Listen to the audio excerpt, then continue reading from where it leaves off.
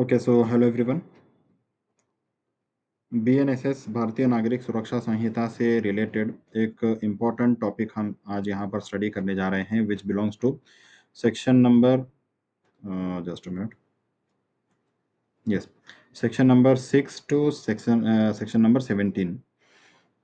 और ये टॉपिक है hierarchy and powers of criminal courts. तो सबसे पहले यहाँ पर ये बात आपको ध्यान देने की ज़रूरत है। वैसे तो हम ये खुद जो एक्ट जो स्टडी कर रहे हैं, ये क्रिमिनल एक्ट है, क्रिमिनल प्रोसीजर एक्ट है। तो उस हिसाब से हम ये जो कोड्स वगैरह यहाँ पर स्टडी करने जा रहे हैं, ये क्रिमिनल कोड्स के रिगार्डिंग हम यहाँ पर स्टडी करने जा रहे हैं। तो अब मैं ये बात स्पेसिफिकली इसलिए बता रहा हूँ क्योंकि वैसे तो हम क्रिमिनल कोड्स के बारे में पढ़ रहे हैं, लेकिन यही स्ट्रक्चर लेकर बहुत सारे स्टूडेंट्स सिविल कोड्स वगैरह के ऊपर अप्लाई करना शुरू कर देते हैं। तो आपको यहाँ पर अच्छी तरह ध्यान में रखना चाहिए कि ये क्रिमिनल कोड्स के रिगार्डिंग हम यहाँ पर पढ़ रहे हैं कि उनकी हायरार्की क्या होती है, उनके पावर्स क्या होते हैं। So let's quickly start. और सबसे पहले ये बोलना चाहूँगा कि आप अगर अलग-अलग बुक्स वगैरह में देंगे तो अब देखिए, बुक्स का काम ही ये होता है कि पूरा डिटेल में मैटर आपके सामने रखना। तो उस हिसाब से बुक्स में बहुत बड़ा लेंदी ये सब चीज़ें वगैरह दी गई होती हैं। तो मैंने यहाँ पर आपके एग्ज़ामिनेशन के पॉइंट ऑफ व्यू से बिल्कुल शॉर्ट एंड स्वीट आपका ये आंसर हो जाए, उस तरह की कोशिश करते हुए मैंने ये आंसर फ्रेम किया है। So let's start with the introduction. जैसा कि हम सभी जानते हैं कि बीएनएसएस है, इसने रिप्लेस किया है सीआरपीसी 1973 को। और सेक्शन 6 टू 17 जो हम अभी स्टडी करने जा रहे हैं, ये किसके बारे में है? Organisation, hierarchy and powers of criminal codes. Criminal code की यानी उनको किस तरह ऑर्गेनाइज किया गया है पूरे इंडिया में, और इनकी हायरार्की क्या है, और इनके पावर्स वगैरह क्या है, ये सब हम यहाँ पर स्टडी करने जा रहे हैं।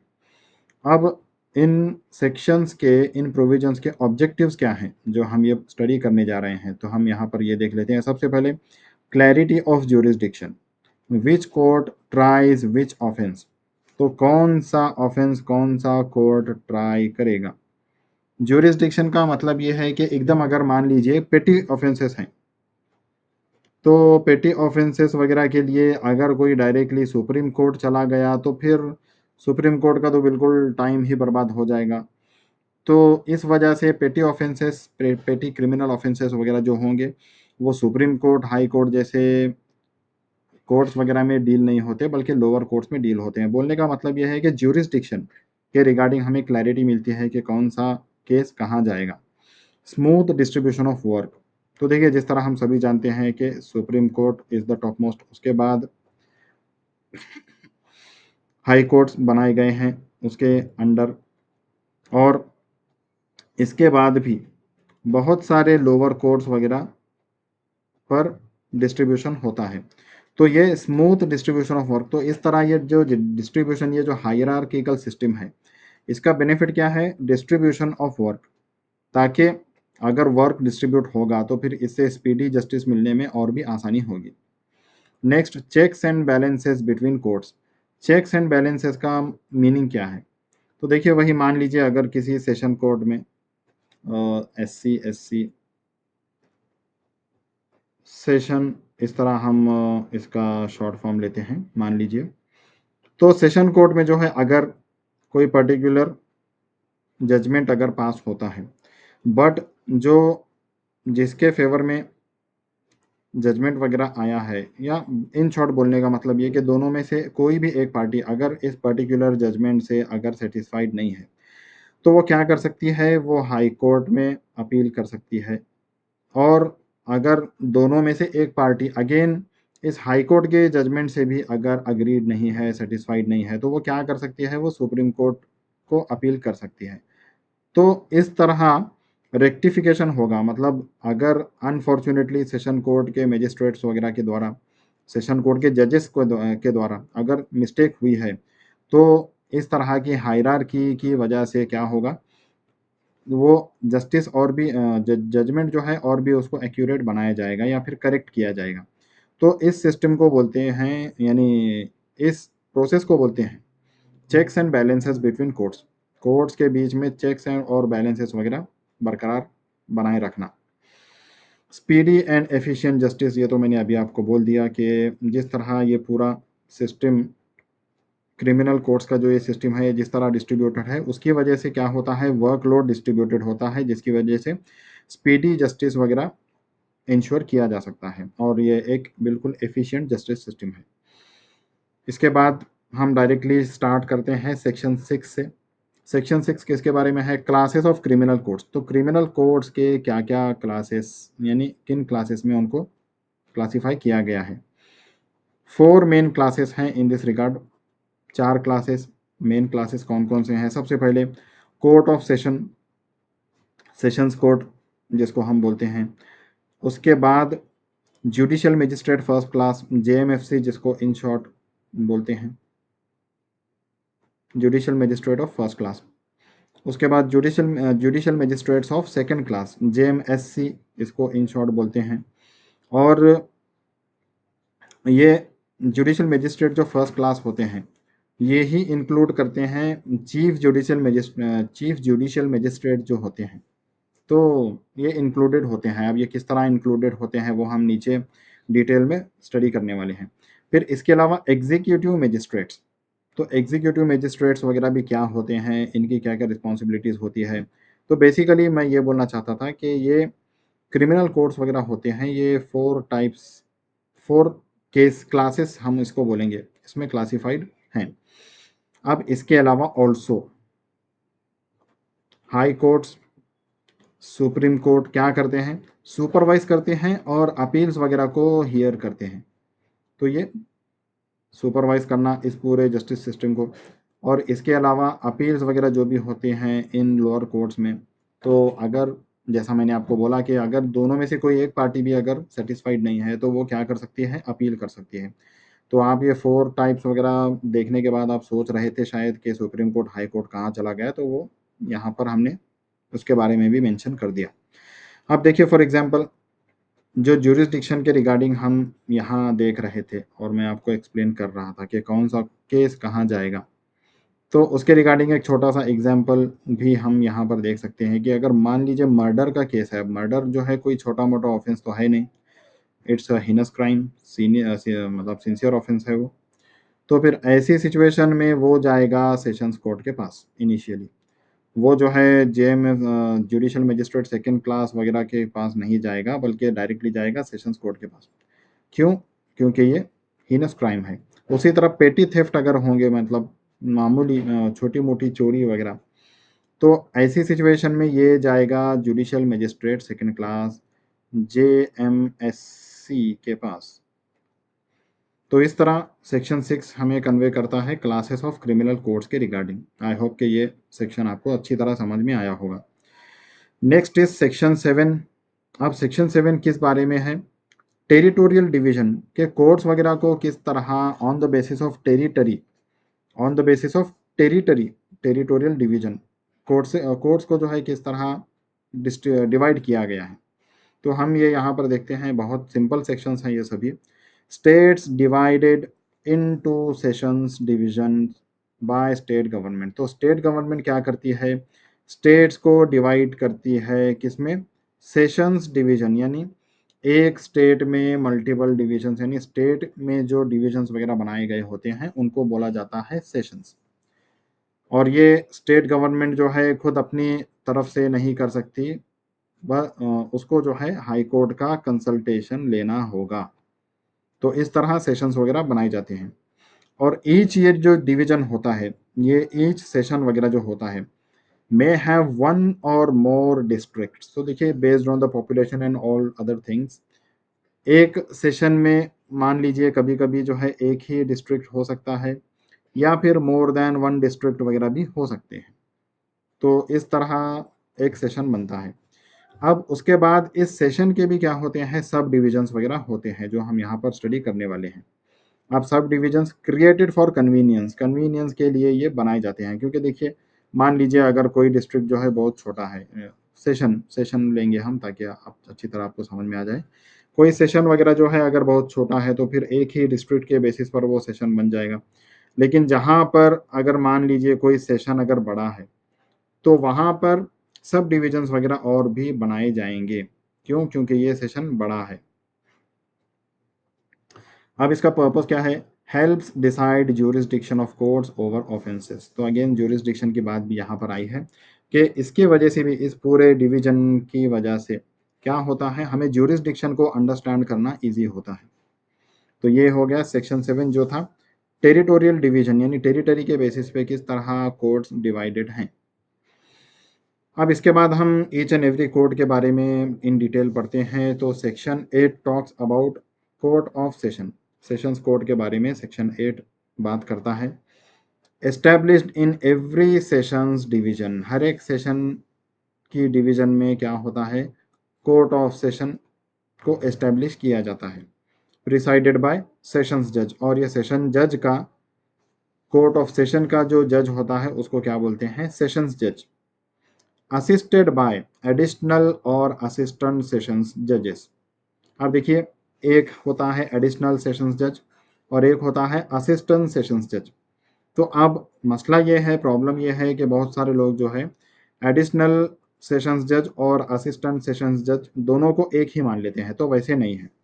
अब देखिए, मान लीजिए जैसा मैंने आपको बोला कि अगर कोई सेशन जो है बहुत बड़ा है, तो ऐसी सिचुएशन में वहाँ पर मल्टीपल सेशंस जज वगैरह भी हो सकते हैं।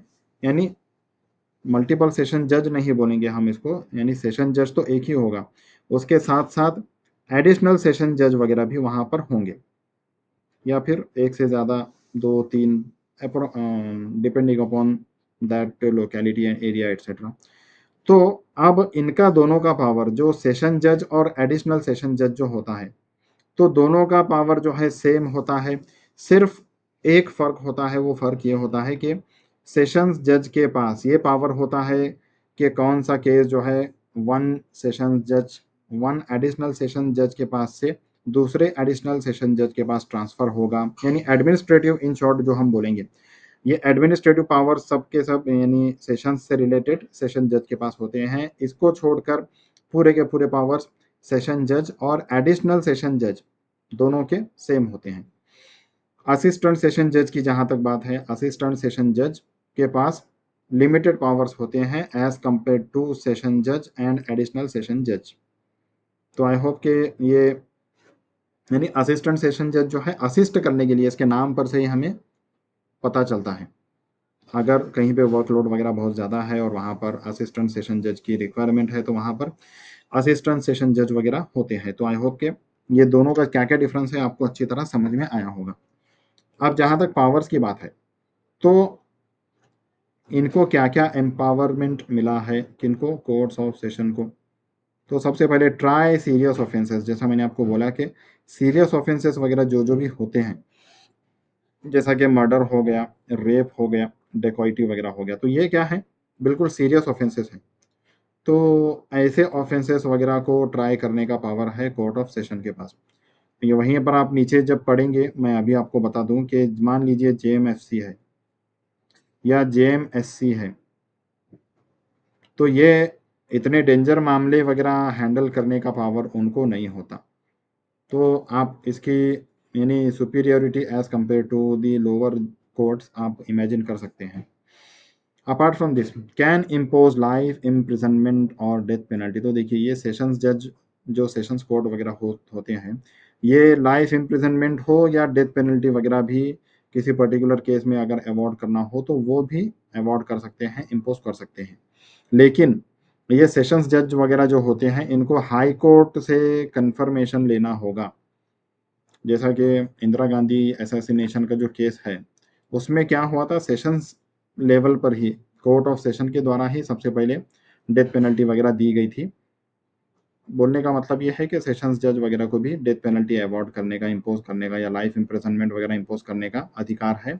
बस कंडीशन ये है कि वो हाई कोर्ट के साथ क्या करेंगे, पहले कंफर्मेशन करेंगे। In this regard there is a case law, Kehar Singh versus state, sessions court proper forum for serious offences. तो सीरियस ऑफेंसेस वगैरह जो होते हैं, उनको हैंडल करने का पावर, उनको डील करने का पावर दिया गया है किसको, कोर्ट ऑफ सेशन को।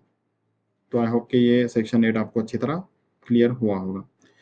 नेक्स्ट है जुडिशियल मजिस्ट्रेट। अब देखिए, सेशंस जज के अंडर कौन आएंगे, जुडिशियल मजिस्ट्रेट्स वगैरह आएंगे। तो जुडिशल मजिस्ट्रेट्स वगैरह जो ये होते हैं एस्टैब्लिश्ड इन डिस्ट्रिक्ट्स और सब डिविजन्स। तो देखिए जो सेशंस में भी क्या होते हैं, सब डिविजन्स वगैरह होते हैं। तो सबसे पहले ये एस्टैब्लिश किसके द्वारा होते हैं, अगेन स्टेट गवर्नमेंट के द्वारा। अगेन हाई कोर्ट से कंसल्टेशन लेना होगा। तो इस तरह जुडिशल मजिस्ट्रेट्स वगैरह एस्टैब्लिश किए जाते हैं। और दो कैटेगरीज होते हैं जुडिशल मजिस्ट्रेट्स के, जैसा हमने ऊपर भी देखा। एक होता है जुडिशल मजिस्ट्रेट फर्स्ट क्लास, एक होता है जुडिशल मजिस्ट्रेट सेकंड क्लास। अब दोनों के पावर्स भी क्या होते हैं, अलग अलग होते हैं, इक्वल पावर्स नहीं होते जेएमएफसी एंड जेएमएससी के। जहाँ तक जेएमएफसी की बात है, ऑफेंसेस अप टू 3 इयर्स जो होते हैं, यानी ऐसे ऑफेंसेस जिनकी पनिशमेंट, जिनकी सज़ा 3 साल तक होती है, वो डेल्ट होंगे जेएमएफसी के द्वारा। और जो बिल्कुल पेटी ऑफेंसेस वगैरह होते हैं, तो जिनकी सज़ा यूजुअली अप टू 1 ईयर होती है, तो ये कहाँ जाएंगे, जेएमएससी के पास। तो देखिए ये भी आपको, यानी प्रैक्टिस वगैरह करने के लिए जब लोग स्टार्ट करते हैं तो उनको यही क्लियर नहीं हो रहा होता है कि यार ये पर्टिकुलर केस जो है सो एंड सो कोर्ट में ही क्यों जा रहा है, दूसरे कोर्ट्स में क्यों नहीं जा रहा है करके। तो उसका रीज़न ये है, ये जो सब जो ज्यूरिसडिक्शन जो उनको एम्पावर किया गया है या फिर उनके लिमिटेशंस वगैरह बताए गए हैं, तो उसी के हिसाब से क्या होगा, कोर्ट्स वगैरह सॉरी केसेस वगैरह को पर्टिकुलर उसके ज्यूरिसडिक्शन के हिसाब से अलॉट किया जाएगा। तो ये उसकी भी इम्पोर्टेंस आपको समझ में आ रही होगी कि ये हायरार्की वगैरह स्टडी करना कितना ज़रूरी है। अदरवाइज इसके अलावा मान लीजिए अगर समन वगैरह भेजे जाते हैं, तो समन पर ऊपर लिखा होता है कि सो एंड सो जज के कोर्ट में जो है आपका केस वगैरह जो है आया है करके। तो उससे भी हमें पता चलता है कि कौन से कोर्ट में जाना है। तो ये सब हायरार्की वगैरह स्टडी करने का ये इंपॉर्टेंस है। अब इसी के रिगार्डिंग एक छोटी सी एग्जांपल दोनों की एक एक मैंने दी है यहाँ पर। जेएमएसएफसी की जहाँ तक बात है, फॉर एग्जांपल सिंपल हर्ट का अगर मामला है जिसका पनिशमेंट क्या है 1 ईयर टू 3 इयर्स, तो ये भी क्या है, एक एग्जाम्पल है कि कौन सा केस जेएमएफसी के पास जाएगा। Similarly जेएमएससी judicial magistrate second class की जहाँ तक बात है, पब्लिक न्यूसेंस हो गया या फिर माइनर एजॉल्ट वगैरह हो गया जिनकी अप टू 1 ईयर सज़ा होती है, तो ऐसे केसेस कहाँ जाएंगे, जेएमएससी के पास जाएंगे। तो आई होप के सेक्शन 9 जो है आपको अच्छी तरह क्लियर हो गया हो। अब इसके बाद हम देखते हैं कि सीजेएम मतलब चीफ जुडिशियल मजिस्ट्रेट क्या होता है, और एसीजेएम एडिशनल सीजेएम। अब देखिए एडिशनल पढ़ते ही आपको समझ में आ जाना चाहिए अभी तक एडिशनल कब आता है पिक्चर में। और सीजीएम और एडिशनल सीजीएम दोनों के पावर्स सिमिलर होते हैं सिर्फ एडमिनिस्ट्रेशन को छोड़कर। तो जहाँ पर भी एडिशनल वगैरह आ जाए तो आप कंफ्यूज वगैरह आपको उसी तरह जी देखिए, हमने जो प्रोसिक्यूटर्स वगैरह के रिगार्डिंग जो पढ़ा है, शॉर्ट में लिखता हूँ मैं, तो वहाँ पर भी हमने देखा additional prosecutors and assistant prosecutors, तो वही सेम कंसेप्ट होता है। तो और ये एक होता है एस डी जे एम, इसका फुल फॉर्म हम देखेंगे, सब डिवीजन जुडिशियल मजिस्ट्रेट इसका फुल फॉर्म होता है, सब डिविजनल जुडिशियल मजिस्ट्रेट। तो हम ये ईच एंड एवरीथिंग स्टडी करेंगे कि ये तीनों जजेस वगैरह होते क्या है और किस लेवल पर होते हैं। तो अगेन इसको सबसे पहले बात ये कि सीजीएम जो होता है इसको अपॉइंट किया जाता है हर एक डिस्ट्रिक्ट में हाई कोर्ट द्वारा। तो हर एक डिस्ट्रिक्ट में क्या होता है, सीजीएम वगैरह अपॉइंटेड होता है। और अपार्ट फ्रॉम दिस, जहाँ पर ज़्यादा लोड की यानी ज़्यादा केसेस वगैरह जहाँ पर देखे जाते हैं, जहाँ पर ज़रूरत महसूस होती है, वहाँ पर एडिशनल सीजेएम को भी अपॉइंट किया जाता है। इसी का शॉर्ट फॉर्म है ये ACJM।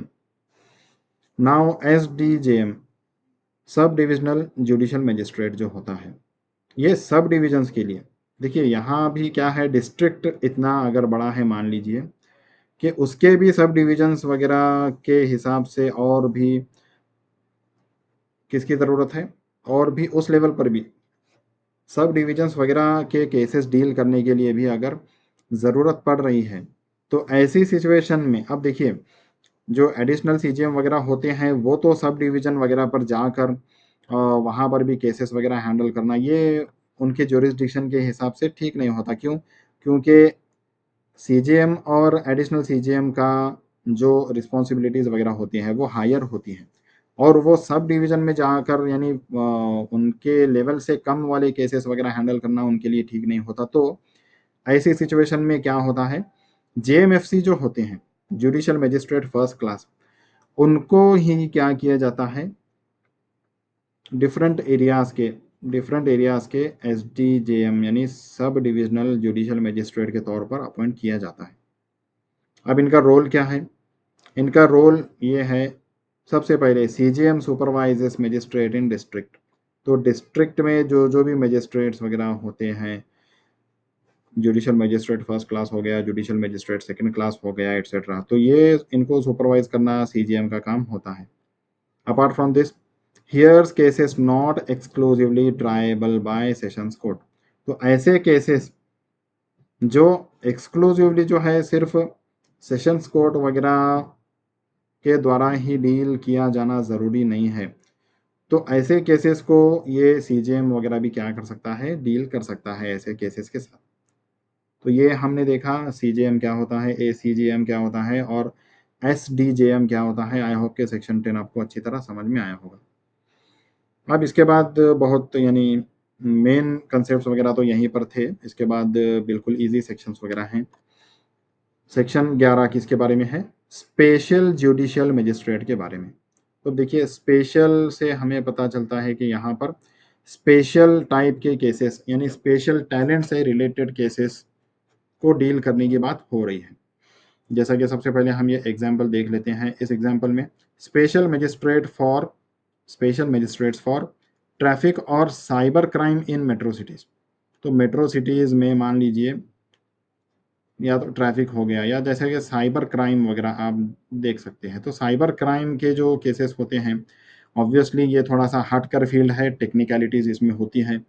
तो इस तरह के जो स्पेशल केसेस होते हैं उसके लिए स्पेशल जुडिशियल मजिस्ट्रेट वगैरह अपॉइंट होता है। किसके द्वारा? अगेन स्टेट गवर्नमेंट के द्वारा, after high court consultation. High court के द्वारा कंसल्टेशन के बाद ये अपॉइंटमेंट होता है फॉर स्पेसिफिक केसेस और एरियाज। तो कुछ स्पेसिफिक केसेस के लिए या स्पेसिफिक एरियाज के लिए, जैसा मैंने आपको बताया, एग्जाम्पल तो हम अभी देख ही चुके हैं। तो आई होप के सेक्शन 11 आपको अच्छी तरह समझ में आया। अब इसके बाद हम देखते हैं सेक्शन 12। सेक्शन 12 किसके बारे में है?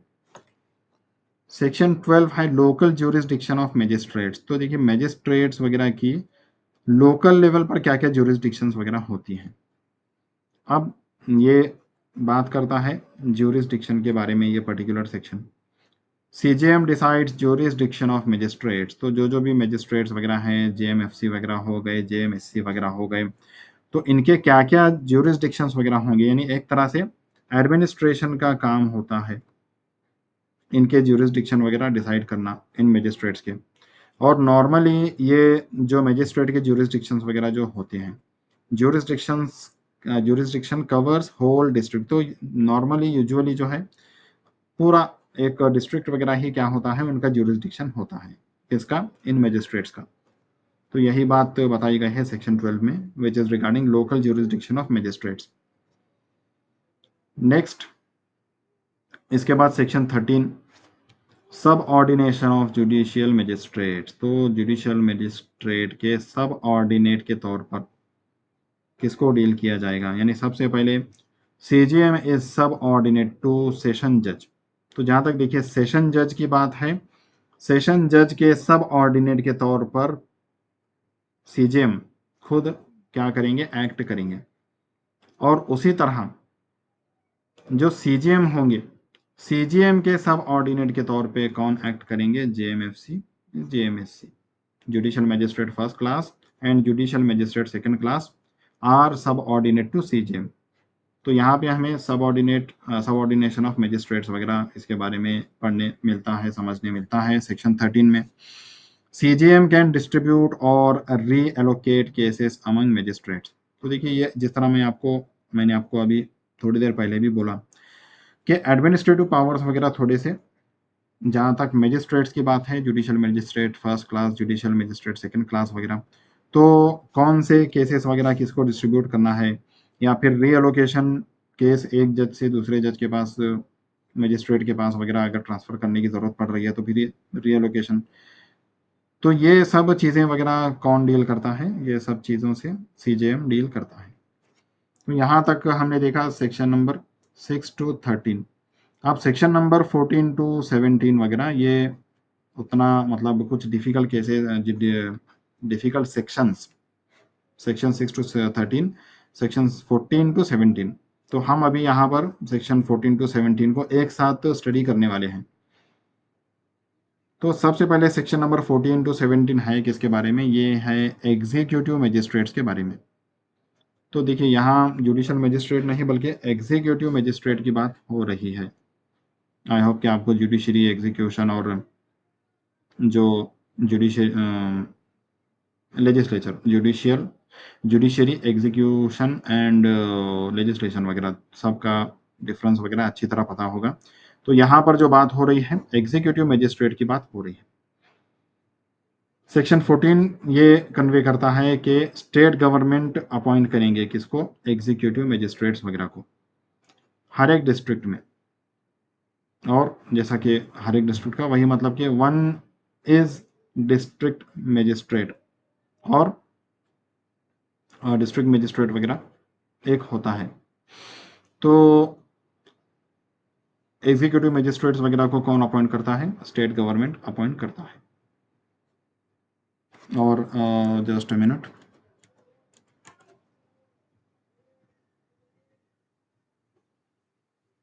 यस हम लोग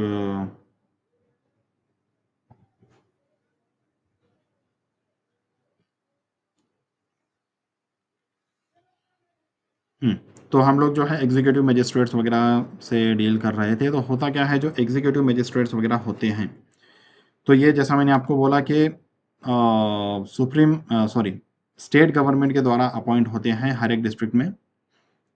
और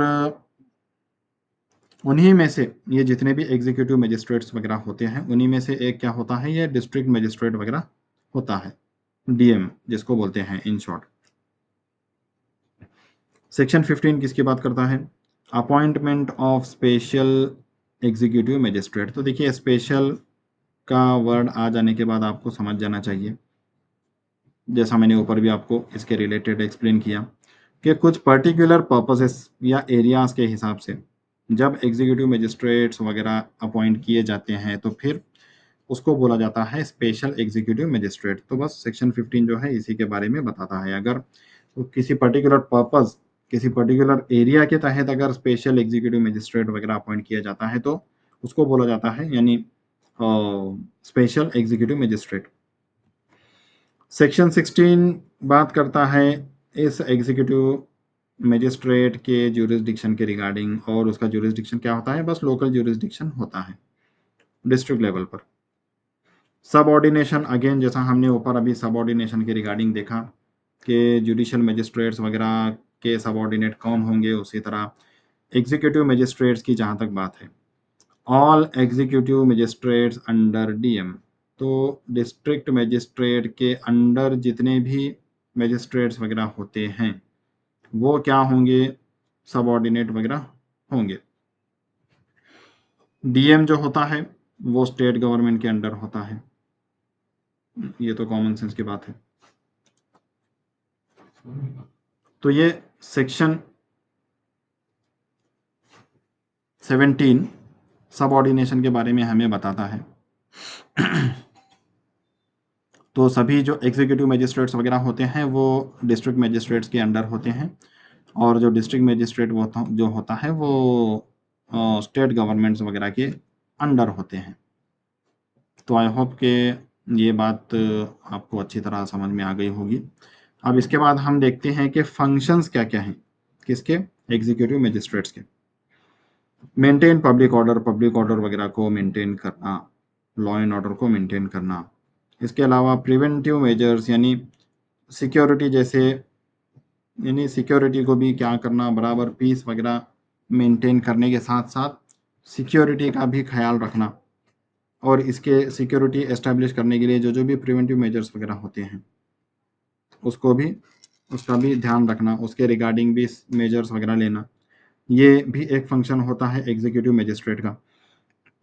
इशू ऑर्डर्स अंडर 144 बीएनएस, जैसा कि कर्फ्यू, प्रोहिबिटरी ऑर्डर्स वगैरह ये जो हो गए, तो ये जैसा कि हम देखते आ रहे हैं कि ये ऑर्डर्स वगैरह कब दिए जाते हैं, तो इसके रिगार्डिंग जो जो भी ऑर्डर्स वगैरह इशू करना होता है, ये भी एक फंक्शन होता है किसका, एग्जीक्यूटिव मजिस्ट्रेट का।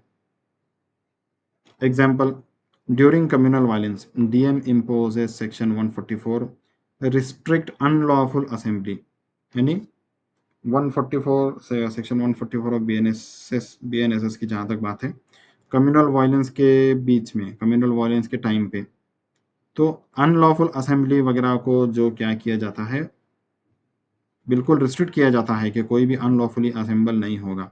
तो ये एक एग्जांपल है कि जो ऑर्डर्स वगैरह इशू किए जाते हैं एग्जीक्यूटिव मजिस्ट्रेट के द्वारा। फिर इसके बाद यानी यहाँ पर तो बेसिकली हमारा आंसर ख़त्म होता है। इसके बाद मैंने एक फ्लो चार्ट वगैरह भी ड्रॉ किया है ताकि आपको ये पूरा जो हायरार्की है ये समझने में, अंडरस्टैंड करने में आपको बिल्कुल भी कन्फ्यूजन ना हो। तो देखिए, सबसे पहले सुप्रीम कोर्ट होता है, ये तो सभी लोग जानते हैं अच्छे से। सुप्रीम कोर्ट के अंडर होता है हाई कोर्ट, हाई कोर्ट के अंडर कोर्ट ऑफ सेशन, जैसा हमने देखा। और कोर्ट ऑफ सेशन में भी बेसिकली जो जज होता है उसको बोलते हैं सेशन जज, और उसके साथ में एडिशनल सेशन जज और असिस्टेंट सेशन जज वगैरह। फिर इसके बाद chief judicial magistrates, chief judicial magistrate को बोलते हैं सीजेएम, चीफ जुडिशियल मजिस्ट्रेट। इसी के साथ एडिशनल अगर है तो फिर एडिशनल चीफ जुडिशियल मजिस्ट्रेट, और इसी के साथ साथ अगर ज़रूरत पड़ रही है तो फिर ऐसी सिचुएशन में जो सब डिवीज़न होते हैं, सब डिविजनल जुडिशियल मजिस्ट्रेट्स वगैरह ये बनाए जाते हैं। और ये कौन होता है, जेएमएफसी वगैरह को ही क्या किया जाता है, अकॉर्डिंग टू द नीड।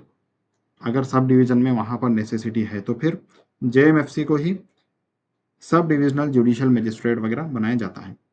जहाँ तक जुडिशियल मजिस्ट्रेट्स की बात है, यहाँ पर कौन होंगे, एक तो होंगे जेएमएफसी, और इसके इनके under जेएमएससी, judicial magistrate first class and judicial magistrate second class. इसके बाद एग्जीक्यूटिव मजिस्ट्रेट्स वगैरह हमने देखा कि एग्जीक्यूटिव मजिस्ट्रेट वगैरह सेक्शन 14 टू 17 कि ये किसको बनाया जाता है, इनके सबऑर्डिनेट वगैरह में कौन होंगे, और साथ ही साथ जो है इनके पावर्स एंड फंक्शंस वगैरह क्या क्या हैं, ये सब चीज़ें हमने डिटेल में यहाँ पर देखी। तो आई होप कि ये हायरार्की वगैरह से आपको और भी ज़्यादा क्लैरिटी वगैरह मिलेगी। फिर इसके बाद एक कंपैरेटिव टेबल वगैरह भी मैंने यहाँ पर आपको दिया है ताकि और भी ज़्यादा, यानी जस्ट एक रिकैप हो जाए, रिवीजन हो जाए इसका। तो सबसे पहले कोर्ट ऑफ सेशन की जहाँ तक बात है, अपॉइंटमेंट कौन करता है कोर्ट ऑफ सेशन की, हाई कोर्ट। और इनके पावर्स क्या होते हैं, जो सीरियस ऑफेंसेस वगैरह, जैसा मैंने आपको बोला, डेथ पेनल्टी हो गया, लाइफ इम्प्रिजनमेंट हो गया, जैसा फॉर एग्जांपल मर्डर, रेप वगैरह, तो ये सबसे डील करने की पावर किसको है, कोर्ट ऑफ सेशन को। Next is JMFC, judicial magistrate first class, state government और हाई कोर्ट के कंसल्टेशन के साथ इनका अपॉइंटमेंट होता है। और ये अप टू 3 इयर्स पनिशमेंट के ऑफेंसेस वगैरह ट्राई कर सकते हैं, जैसा कि हर्ट हो गया, या फिर थेफ्ट, जो 15,000 रुपीज़ से कम वाला थेफ्ट है, तो ये केसेस वगैरह जेएमएफसी हैंडल डील कर सकता है। जहाँ तक जेएमएससी की बात है, अगेन इसको भी स्टेट गवर्नमेंट ही अपॉइंट करते हैं हाई कोर्ट के कंसल्टेशन के बाद। और ये पेटी ऑफेंसेस जो होते हैं जिनका अप टू 1 ईयर पनिशमेंट वगैरह होता है, जैसा कि पब्लिक न्यूसेंस वगैरह हो गया, या सिंपल असॉल्ट वगैरह जो जिसको बोलेंगे, तो फिर ये इसको बोला जाता है जेएमएससी, जुडिशियल मजिस्ट्रेट सेकंड क्लास। फिर सीजेएम और एडिशनल सीजेएम के बारे में भी हमने पढ़ा, इसको कौन अपॉइंट करता है, हाई कोर्ट।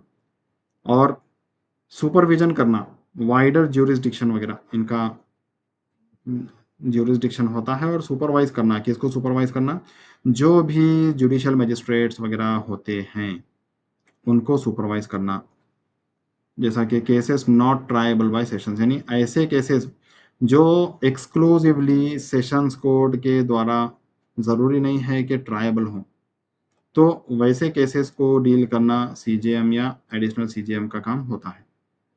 और एक होता है स्पेशल जुडिशियल मजिस्ट्रेट, जैसा कि हमने एग्जांपल्स देखे उसके, traffic, cyber crime is a more suitable example. तो इसका अपॉइंटमेंट कैसे होता है, स्टेट गवर्नमेंट करती है हाई कोर्ट के कंसल्टेशन के बाद, और किसके लिए, स्पेसिफिक केसेस के लिए।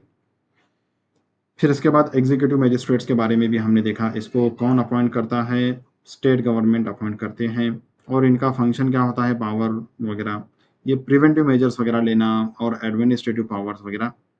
एग्जीक्यूशन का माना ही वही होता है जो एडमिनिस्ट्रेशन वगैरह में काम करते हैं, जैसा कि कर्फ्यू हो गया, सेक्शन 144 ऑर्डर्स वगैरह जो हो गए, ये सब ड्यूटी है किसकी, एग्जीक्यूटिव मजिस्ट्रेट्स की।